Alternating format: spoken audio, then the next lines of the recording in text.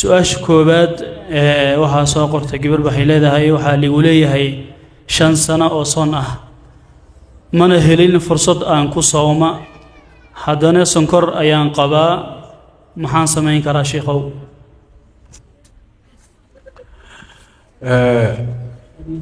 soonka haddii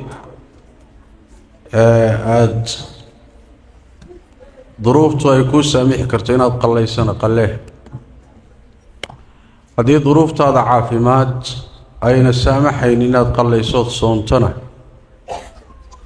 haddana inta bini aadamku garanaya aan rajo laga qabin inaad soomi karto mustaqbalka wixii soon ee markaa kaa tegay raashin bixi haddii ay suurtagal tahay fursad inaad soomi karto in la heli karo oo ilaahay inuu caafimaadku siiyo markaasi waad iska sugaysaa markaad caafimaad heshana waad qallayn insha allah yar kolba sidii ay kuugu fududaato biidn illaahi tabaaraka wa tacaala xanuunka sonkorta ama macaanka dadku waa laba dadka qaarna way la soomi karaan dadka qaarna lama soomi karaan ruuxa la soomi karo isagoo qaba waa inuu soomo dadka aan soomi karin oo uu matala ama sonkortii macaankii dhacayo ama uu kacayo halis galaya oo soonkii aan soomi karayninna way iska afurayaan kadibna waxay bixinayaan raashin bay bixinayaan maalinkiiba hal mud ah ama 2 mud kolba culimadu say yiraahdaan yani hal miskiin wax ku filan ayuu maalin walba bixinaya taa waxa la mid ah dadka qaba xanuunada joogtada ah ee aan rajada lahayn ee haddana aan lala soomi karin noocdayna ha noqda xanuunadu waa laba xanuun markaa ku hayooda la soomi karin laakiin aad rajo ka qabto inaad caafimaadayso dabcan marka dhakhaatiirtii lala tashado ka noocaas oo kale ah raashin lama bixiyo waa la sugaa intaad ka caafimaadayso xanuunna rajo ma leh inta bini aadamku garanaya ilaahay caafimaad waa bixin karaa laakiin inta bini aadamku garanaya dhakhaatiirtu garanayaan culimada caafimaadku xanuun noocan oo kale rajo ma leh in laga bogsoodo lamana soomi kartid ka noocaas oo kale marka raashin baad bixinaysa oo markaasi soomi maysid naftaadana khatar gelin maysid raashin baad bixin waadna iska afuri wallahu a'lam jazakallahu khayral jazaa su'aasha xigta hooyaday oo dhimatay oo soon badan lagu lahaa sidee u gudi karaa mana ka soomi kara oo qof weyn baan ahay ruuxu haddii uu dhinto isagoo soon lagu leeyahay laba mid waaye intuu xanuunsanayay xanuunku ku dhiman doono intuu xanuunsanayay xanuunkaas soonkii ka tegay laguma laha haddii uu xanuunno hore ama duruufo kale uga tegay fursadna uu helay uu qalleeyo isagoon qallayninna uu sidaa ku geeriyooday markaas ma laga soomi karaa mise lagama soomi karo masale khilaaf ku jiro xadiidu caaisha jira uu nebigu leeyahy sal alla alay wasalam ruuxii dhinta isagoo soon lagu leeyahay saama canhu waliyuhu ruuxa ugu dhoway xigtadiisaa ka soomayay waana madhabka imaamu shaafici caleyh raxmatullah in laga soomayo haddii markaa aadan ka soomi karin soomanna lagu lahaa say su-aashu ku timid sadaqada u badi ilaahayna dembidhaaf u weydiiyo u ducee daw adigiina aadan soomi karayn oodan ka qallayn karaynin soonkii lagu lahaa sadaqada u badi una ducee insha allahu tacala wallahu aclam جزاه الله خير الجزاء سؤال حigta waxay leedahay anigoo umulay baa soon igu soo galay kadibna cunugii aan dhalay oo 19 sano jir ah baan guday ma ii gudantay soonkaas ma ii gudmay mise wax kale baa laga rabaa su'aashi kale fitrida dadkii su'aad shu'aal anigoo umulay baa soon igu soo galay kadibna cunugii aan dhalay oo 19 sano jir ah baan guday soonkii ma ii gudmay mise soon wax kale laga rabaa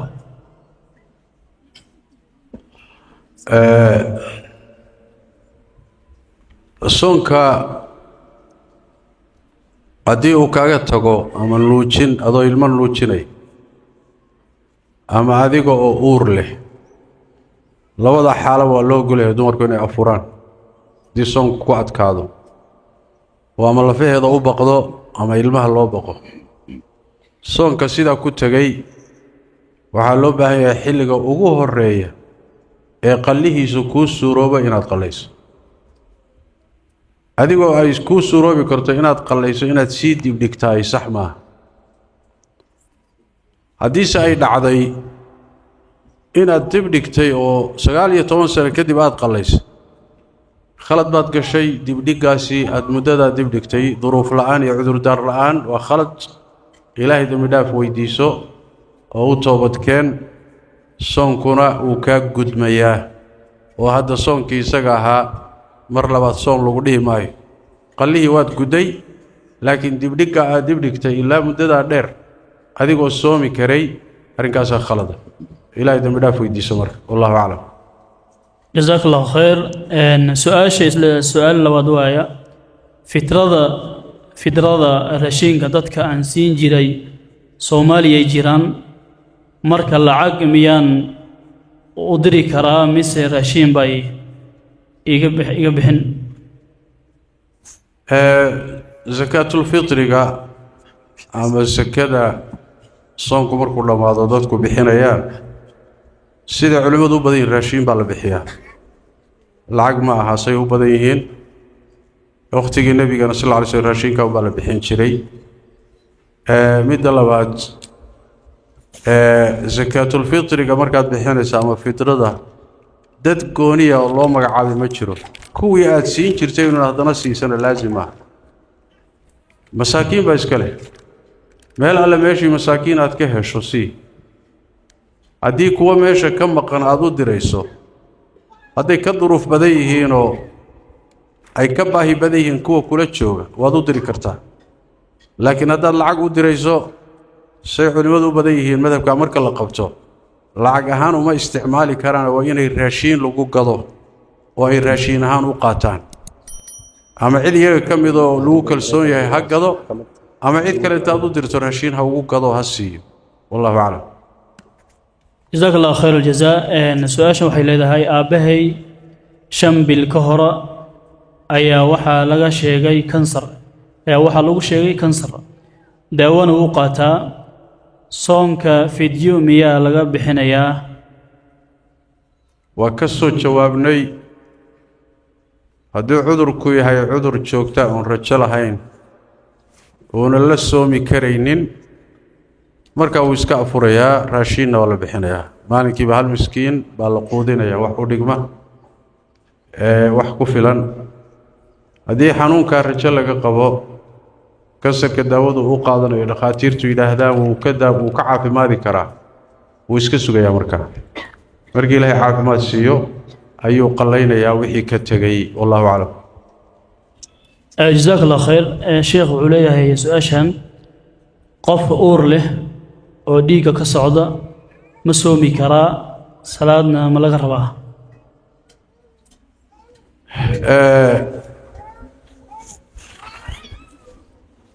uurka markay haweenaydu uur leedahay dhiigga ka socdaay ama dhiigga ka yimaadaay ma dhiiggii caadada mise waa dhiig faasida ومسألة خلاف كجرو وحاسي حوق بدن dhiiggaas inuusan dhiig caada ahayn maxaa yeelay dumarku markay uur leeyihiin dhiigga caadadu kuma dhaco dhiigga caadadu wuxuu isu bedelayaa nafaqo ilmihii meesha ku jiray baa ilaahay wuxuu ugu bedelayaa inuu nafaqaysto marka dhiig ka yimid haweenay uur leh waa dhiig fasaada waay dhiiggii caadadana ma aha maadaama uusan dhiiggii caadada ahayn dhiig dabar furanka ama dhiig furanka dhiiggaan u naqaano kaluu la xugum yahay oo waxay noqonaysaa in ay la soomi karto la salaadi karto muxuu ahaay ninkeeda is arki karaan waxa u diidaya male إلا ديك أحكام تاسي أن لا تكن كرين صون كلا أقلين نينك أن ليس أرك كرين وديك عادة كريه ديك كله حبين كي ما دماها وديك عادة ولا يقانو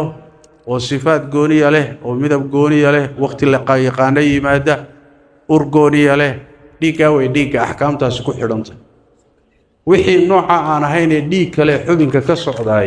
مركزي وحوي أحكامتها ما قادنا أيوه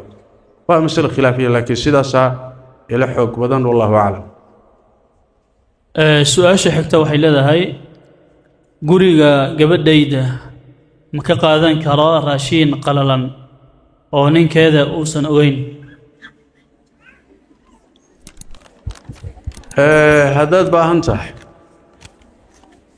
haddaad baahan tahay waad ka qaadan kartaa sida curfiga caadiga qaaliban horta quraanku waa ka inoo sheegay ruuxa muslimka xoolihiisu xalaal ma aha ilaa inuu raali ku yahay mooye nabiguna wuxuu yiri sallallahu alayhi wasallam ruux muumina xoolihiisu ma banaana ilaa inay naftiisu ay raali ku tahay mooye laakiin raalinimada nafta ayaa laba mid lagu gartaa ama lafdi oo inuu ruuxu ku hadlo raali baan kaaga ahay yiraahdo ama mehe curfan caadada bini aadamka yaa laga garan karaa iyo dhaqankiisa inuu raali kaaga yahay marka nin reer leh siday u badan tahay sodohdii iyo gabadha maamadii dhashay waxoogaa raashin ay u baahan tahay ingeganay guri ka qaadanayso qoonsan maayo waxna kaaban qabasay u badan tahay taa waa mid labaadee waalidku markuu baahan yahay oo uu muxuu ahay ka maarmi waayo ilmaha xoolihiisa iyo wixiisa xaq buu leeyahay inuu ka qaato haddii biilkii ay tahay xaaska la siiyey biilkeeda wixii ay ka tarayso waalidkeed ka tarayso oon guriga markaasi noloshiisa dhib u geysanaynin iyaduna dhankaa marka la fiiriyo way bannaan tahay oo xadiidka nebiga ku yimi sala allahu calayh waalihi wasalam laakiin wixii xadgudub iyo khalada ama ka badbadisa lama rabo wallahu aclam جزاك الله خير طبعا سؤالها شيخ وعام وايا سواء كلي حكم مصابسنا نقف دتكيك كمد أما فاميليجا با مر والبا واحد دبيا بوسمايا أما هو دبا إنا لبسنا يانا وأجيهاي عدان كأموسا مدين بباي وتهاي أما وان لها الليو وانا جديدي معنا هذا الكيان معنا لها اللي وجديدي يمكن يوصي وضع dadka qaraabada in la xiriiriyo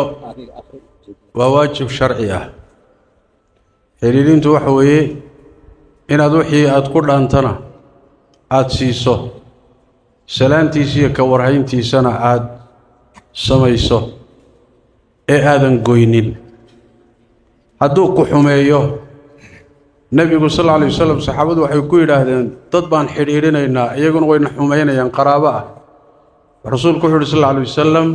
waxay la mid tahay sidii idinkoo dambas kulul cunsiinayo kale xadiidkii kale nabigu wuxuu ahaa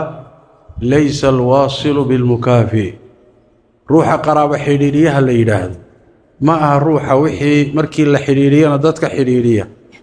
markii la gooyana gooyama ee ruuxa dadka xiriiriya shariicadu u taqaan qaraabo xiriiriye waa ruuxa la goynaya dadka xiriirinaya marka haddii dhibka aad kala kulmayso u dulqaadan karto una dulqaado hana goynin oo xiriiri hadaadan u dulqaadan karaynin si kaladana aadan dhibkiisa kaga badbaadi karaynin marka waa lagu ogol yahay si aad dhibkiisa uga badbaado inaad markaasi ka gaabsato wallahu a'lam جزاك الله خير سؤال waxay leedahay كتب قرآن وجير إيجا عني ما لجوبي كرا هدان جوبنا هالكين كشوا كتبت قرآن كي مصاحفته hadday googo'aan oo markaasi la intifaacsanaynin laba midba waa la samayn karaa in la xifdiyo oo la usturo oo laga ilaaliyo inay meel xun ku dhacaan waa laga maarmaan laba si baa loo xifdin karaa in meel nadiifa inta la raadiyo oo aamina la qodo oo dhulka gudihiisa hoostiisa lagu aaso in la aaso midda labaadna waxa weeye in la gubo in la gubaayo waxay ka sugan tahay saxaabadii nebiga sal alla alay wasalam cuthmaan ibnu cafaan kama fii saxiix albukhaari wagayrihi khaliifkii muslimiinta wakhtigii uu masaaxiifta uruurinayay oo musxafulimaam misxafkan hadda aan haysanno uu isugu keenay wuxuu amray masaaxiiftii kale oo dhan oo ka duwanaa ama wax kaga duwanaa in la gubo isagoo muslimiinta ka ilaalinaya inay iskhilaafaan saxaabadii nebiguna way la qaateen marka in la gubi karo misxafku markuu googo'o si loo asturo loo xifdiyo waa camalkii saxaabada ridwaanullaahi calayh marka saasaa la yeeli karaa haddii la gubaay dee dambasunbuu iska noqonaya marka dambaskuna dee qur-aan ma aha soo maaha qur-aanku meeshuu ku yaalla iyo waraaqduu ku yaalla iyo laakiin hadduu dambas noqdo markaasi wax weeyaan dee dambas buuba noqdayba marka sidaasi wax weeyaan waa loo xifdin karaa labadaas siyaadba qur-aanka ama misxafka waa loo xifdin karaya wallahu aclam su-aasha xigta sheekhana waxay leedahay gurigu waxay ii joogta shaqaalo katiinad calaamad kiristaan baa qoorta ugu jirta marka ma ka dhigin karaa guriga oo gurigu shaqaalo ma ii noqon kartaa guriguna ma insaxan kartaa way saxan kartaa laakiin calaamadda macatabka ee kirishtanka ah laazim maaha inay muxuu ahay guriga ku qabto laanno xagga qabitaan ahaan way qabi karaan qabitaan ahaan iyagoo kirishtan oo gaalo ah shaqaalana way kuu noqon karaan adeego way kuu noqon karaan guriga way geli karaan taa mushkilo ma leh laakiin macatabkan ka muuqdaayey ilmihii guriga kuu joogay ayuu saamayn ku yeelanayaa aragga ay arkanaya ee nolosha ay la nool yihiin laanna waxa way macatabka indhaha ay ku kala qaadayaan naagtan qaadaysa ee ku dhex jirta ee haddana macatabka qabtee weynaynaysaa ilmuhuna ilmo yaryar ay yihiin saamayn buu ku yeelanaya xaggaa marka laga fiiriyo waxaa fiican inaad tidhaahdo guriga markaad soo gasho macatabkaaga meel gasho markaad baxaysana xidho si aad muxuu ahaay muuqaalka noocan ee guriga gudihiisa aada uga ilaaliso ilmuhu inay ku saamoobanna aada uga ilaaliso nebigeennu salawaatu rabbi wasalaamu calayhi ee axaadiistiisa waxaa ku sugan guriga gudihiisa tasaawiirta daahiyada iyo uma ogolaan jirin waa googon jiray rasuulku sal alay wasallam waa fujin jiray rasuulku sal alay wasallam marka yani wax weeyaan iyaga lahaansho inay lahaadaan mushkilo ma leh laakiin guriga inay ka dhex muuqdo sanamka iyo muxuu ahay waxyaalaha la caabudo iyo macatabka ee alle keyrkii la caabudo arrimaha noocaas oo kaleetaa gurigaaga inaad ka ilaaliso ayaa loo baahan yahay iyadu meel gooni ha gashato mushkilo ma leh markay baxaysana ha sii qaadato wallahu aclam sheekh isla su-aasha shaqaalaha waxay sameeyaan maadaama kirishtayn ay yihiin xilliyada alaabta ay dhaqahayaan ama dharka ay dhaqahayaan waxay isku maaweeliyaan heesaha kaniisadaha oo ay ka daartaan mobaylada taasna way jirtaa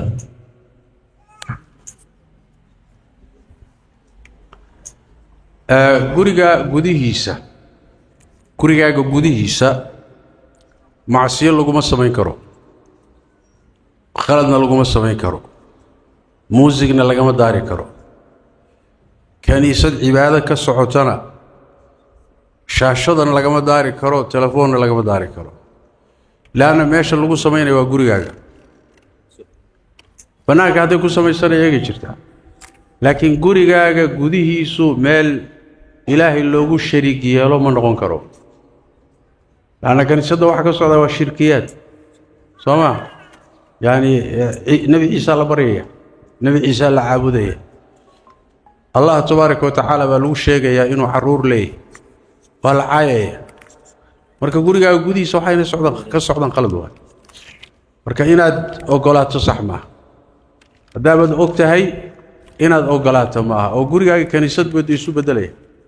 gurigaagii kaniisad buu isu bedelayaa cibaado ilaahay qeyrkii ah la caabudayo gurigaaga gudihiisa inay ka socoto sax ma aha dadku waa dad bini aadama waxyaalahay caabudayaan iyagii allahooda waaye haddii aadan shirkiyaadka ka celin karaynin gurigaaga gudihiisa ogolaanin khiyaar baadna u leedahay cid adiga kuu shaqaynaysaa iyo shardigay kuugu shaqaynayso waa xaqad adigu leedahay waa haddii aadayso kaniisadda aadayso ha aado banaankaasi hadday ku samaynaysaa ku samayso laakiin gurigaaga gudihiisa wixii diintaadu aynan kuu ogolayn oo shareecadaadu kuu diiday waa inaad tidhaahdo maya hadday sidaa kuugu shaqaynaysana kuugu shaqayso haddii kale kuwo kale oo sidaa rabto kuugu shaqaynayaad helaysa marka leanna ruuxa muslimka ah munkarka iyo xumaanta waa inuu inkiro ya man ra'aa minkum munkaran falyugayirhu biyadihi fain lam yastatic fabilisaanihi fain lam yastatic biqalbihi wadalika adcafu liimaan munkar la galo iyo dembi la galan waxaa ugu weyn shirkiga ilaahay cid aan ahayn oo la caabudo soo ma oo shaqada kaniisadda ka socota waa munkarka ugu weyn marka munkarkaasi gurigaagii in lagu sameeyo adiguna aadan yani wax way ka aamusta sax maaha wallahu aclam jazaak allah khayr su-aashan sheekh waxay leedahay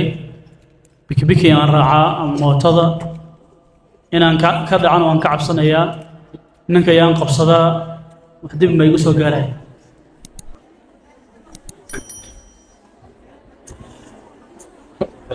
maxaa bikibiki ku saaray marka horeba adiga bikibiki waad hadda qiil u raadinaysaa ood leedahay waa ka dhacayaa ninka ma qabsan kara inaad raacdaa marka horeba khalad waa anshax xumo waana akhlaaq xumo inta aan la gaadhinba dhibaatada kaa soo gaadhi karto iyo inaad ka dhici karto iyo inaad naftaada waayi karto iyo inuu dhaawac ku soo gaadhi karo intaan la gaadhinba inaad ka muuqato waddooyinka iyo bulshada horteeda inaad ka muuqato adoo nin ajnabi ah yaa jidhkaagu isku dheggan yihiin oo gadaal ka saaran oo laga yaabo tarta inaad kala ridato yaa oo haddana kaaga darane gabdhaheen xishood xumadooda iyo meesha qiimo darradeennu gaadhay saddex bay ku fuulayaan saddex labay ku fuulayaan markaasaa mid dhexda gelaysa mid ninkii kale ku dhegaysaa naasihii iyo shafkii bay saaraysaa dhinacyahay qabsanaysaa ummaddiina way hormaraysaa yaa khalqigii ilaahay oo waddooyinka taaganna way dhex maraysaa aaway iimaankii aaway xishoodkii nabigeennu sal alla alay wasalam wuxuu yidhi iimaanka iyo xishoodka isku lamaan ruux hadduu xishoodku ka tago iimaankiina waa ka tegey xadiidkii saxiixuna waa kii ahaa ina mima adraka annaasu min kalaami الnubuwati اluulaa idaa lam tastaxyi fasnac maa shiit ruux hadduusan xishood lahayn wuxuu doonuu samayn wax walba waa ka suuroobaan marka gabdhaha soomaaliyeed khayrallaha siiyo idinkoo xijaaban oo asturan oo muxuu ahaayey marmarka qaarkood indha shareeran yaa haddana anshaxumada noocaasi ay ka muuqataa magaalooyinka ka muuqata laakiin muhimaddu ma aha waxa ka muhiimsan marada la qabo wuxuu yahay midda ilaahay uu ku tilmaamay walibaasu taqwa khayrun laba labis baa kala jira labis waa maradaad qabto waa labiska daahirka ah labisna waa labiska qarsoonoo waa labiska alla ka cabsiga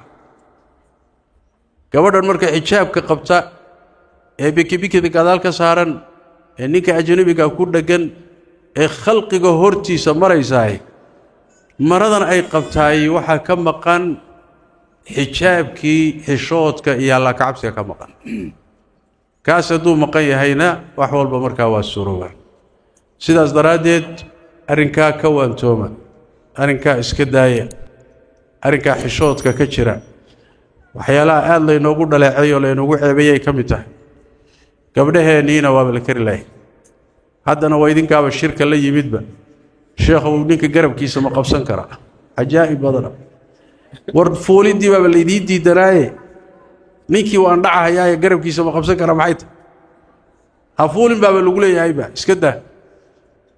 marka ilaahay ka baqa جزاك الله خير سؤاله واحد موداني قدالك صوب بدنا أيام شيخنا وقت يوفديا صلاة وينها يسادور كيادو مركا سؤال شان نقصو قبقبين إياه مرحلة إن شاء الله تعالى والشيخ فرصة إلهي ونوصي ويدين دونا سؤال شان وحيلة هي مرول با عن صلاة دكنا أيه صان قرآن كأخنا أيه أيان اسكبحها ديب كاسنا مرول با وان قبا وانا حلين واي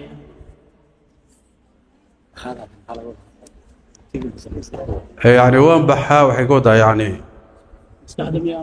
waa ishal mama miya taqriiban saasan u fahmay inay ka wado yani quraankii oo akhrinayo salaadii ku jiro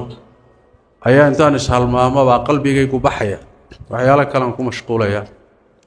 marka arrinkaasi waxaa keena salaada waxaa ka maqan khushuucdii baa ka maqan salaadu waxay leedahay qolof kore iyo waxay leedahay dhuux ama waxa aynu naqaano ruuxdii salaada ruuxdeedu waa khushuucda qad aflaxa almu'minuuna aladiina hum fii salaatihim khaashicuun waxaa laga wadaa khushuucda xubnahaaga jirkuna inay xasilaan qalbigaaguna inuu joogo oo waxaad akhrinayso iyo xaalka aad ku sugan tahay iyo ilaahay inaad hor taagan tahay iyo in aad qalbigaaga alle ku weynaado waxyaalaha kale ee adduunyadana aad iska xidho waxyaalaha kale ku mashquulinaya inaad iska xidho adigoo dhan iyo qalbigaa inuu salaada qaabisho xubnahaaguna sidaa ku xasilaan qalbigaaguna mar walba uu joogo alla ku weynaado inaad ilaahay hor taagan tahay mar walba aad xusuusnaato marka khushuucdaasi salaada hadday ka maqan tahay dee ruuxu markaasi waa mashquulaya qalbigiisu waa baxaya adduunyaa ku furmaysa laakiin waxay u baahan tahay inaad mar walba ku dadaashood soo qabato waa mushkilo inaad wada haysato waa hee mushkilo inaad wada haysato qalbigeennu waa mashquulaya waa baxaynaa kolba shaydaan baa dhinaca inaga soo galaya nafteennii bay saaxiib yihiin kolba baab buu kugu furayaa kolba muxuu ahay mawjad buu ku soo gelinayaa laakiin waxay u baahan tahay in aad nafta barto oo aad la dagaalanto oo aad isku kallifto inaad khushuucda salaada heli karto insha allahu tacaala salaadda waa asaxaysaa salaadda waajibkeedu waa kaa dhacayaa laakiin ajirka aad ka helaysaa waxay ku xidhan tahay kolba intaad khushuucdo kolba inta qalbigaagu joogo ayaad salaada ku leedahay inta qalbigaagu maqan yahayna kuma lihid laakiin waajibkii ilaahay kuu diray wuu kaa dhacayaa oo lagu dhihi maayo salaaddii mar labaad tuko lagu dhihi maayo ku noqon lagu dhihi maayo laakiin wixii aad ka rabtay abaalkii aad ka rabtay ee lagaa siin lahaa kolba waxay ku xidhan tahay salaadaada intaad ku khushuucdo oo aad yacni qalbigaagu joogo marka isku taxalluji oo nafta la dagaalan shaydaanka la dagaalan isku day insha allahu tacaala waadna baran kartaa muddo markaad la dagaalanto ood isku taxallujiso in yar baa qalbigaagu u xasilaya waadna baran insha allahu tacaala inaad salaada gudaheeda ku khushuucdo wallahu aclam wasali allahuma wasalam wabaaraka calaa nebi moxamed wcala ali wsaxbi wasalam jazaakum allahu khayr wbaaraka fiikum شيخنا جزاك الله خير وسؤالها هل كاسي نوديهين تدقار بعد دعوين صوت البنايا وقف مقفية هايستا ilma waxa weeyaan wadamadaas gaalada ah lagu haystaa qof baa salaada oo adag baa u leeyahay qof baa fahankii quraanka ugu adag ducooyinkaas Allah ku barakeeyay jazakallahu khayr bismillah alhamdulillah wassalatu wassalamu ala rasulillah sallallahu alayhi wasallam ilaahi tawfiiqayna muraadiyadana Allah sahlo ruux walbana muraadkiisa Allah u sahlo rabbi tabaaraka wa taala wixii shar Allah inaga qabto shaytaankii sharkiisa Allah inaga qabto نفتني الشر كذا الله يقبض ربي تبارك وتعالى قلبي أن خير كهجر عليه دم بيدنا الله داف تي والدينتنا الله داف خير كي وناك الله تبارك وتعالى الله ينفض ذي wixii xumaan iyo sharana ilaahay naga sarfiyo inta dhibatada Allah ka qaado inta kurbaysan kurbada Allah ka qaado inta jiran caafimaad degdeg Allah siiyo inta lunsan Allah soo hanuuniyo inta wanaag haysata wanaagga Allah u siyaadiyo inta xabsiyada ku jirta ee khaladka ugu jirta ilaahay xabsiyada ka soo saaro ilaahay tabaaraka wa tacaala jannadiisa Allah inagu kulmiyo cadaabka Allah inaga ilaaliyo khaatumada Allah inoo hagaajiyo labada daarood Allah inagu liibaano bishan barakaysan Ramadaan ilaahay nabad ha inagu gaarsiiyo acmaasheeda iyo khayraadkeedana Allah inoo waafajiyo ilaahayna ha inaga aqbalo muslimiinta meel walba ku dhibayeen dhibaatada Allah ka qaado ilaahay dhibaatada ha ka qaado khayr iyo wanaag Allah ugu bedelo qulubtooda Allah isu dumo midnimo Allah siiyo tafaraaruq iyo iskhilaafka Allah ka saaro inaga qabyaalada iyo qaybsanaanta Allah inaga saaro midnimo iyo walaalnimo Allah ina siiyo ilaahay qulubteena caafiyo cudurrada ku jira Allah ka saaro ilaahay ummadda Soomaaliyeed dhibaatada haysata Allah ka qaado inta wanaagga la rabtay ka shaqeynaysan ilaahay u kaalmeey inta dhibka la damacsan ilaahay dhibaatadooda Allah ka qabto wixii shar wadana sharkooda Allah inaga qabto ilaahay khaatimo wanaagsan ha inagu dilo waalidiinteena iyo ehelkeena intii dhintayna Allah u naxariisto inta nool Allah xifdiyo ilaahay jannadiisa ha inagu kulmiyo ku carshiga ilaahay harsada Allah inaga mid dhigo rabbigeen tabaaraka wa tacaala siraadka maritaankiisa Allah inoo fududeeyo wajiga ilaahay kuwa daawada Allah inagu daro Allah ridihiisa hayna siiyo عذابكيسي عردي سر الله نقحب ذيه اللهم صل على محمد وعلى آل محمد كما صليت على إبراهيم وعلى آل إبراهيم وبارك على محمد وعلى آل محمد كما باركت على إبراهيم وعلى آل إبراهيم إنك حميد مجيد وسبحانك اللهم وبحمدك نشهد أن لا إله إلا أنت نستغفرك ونتوب إليك جزاكم الله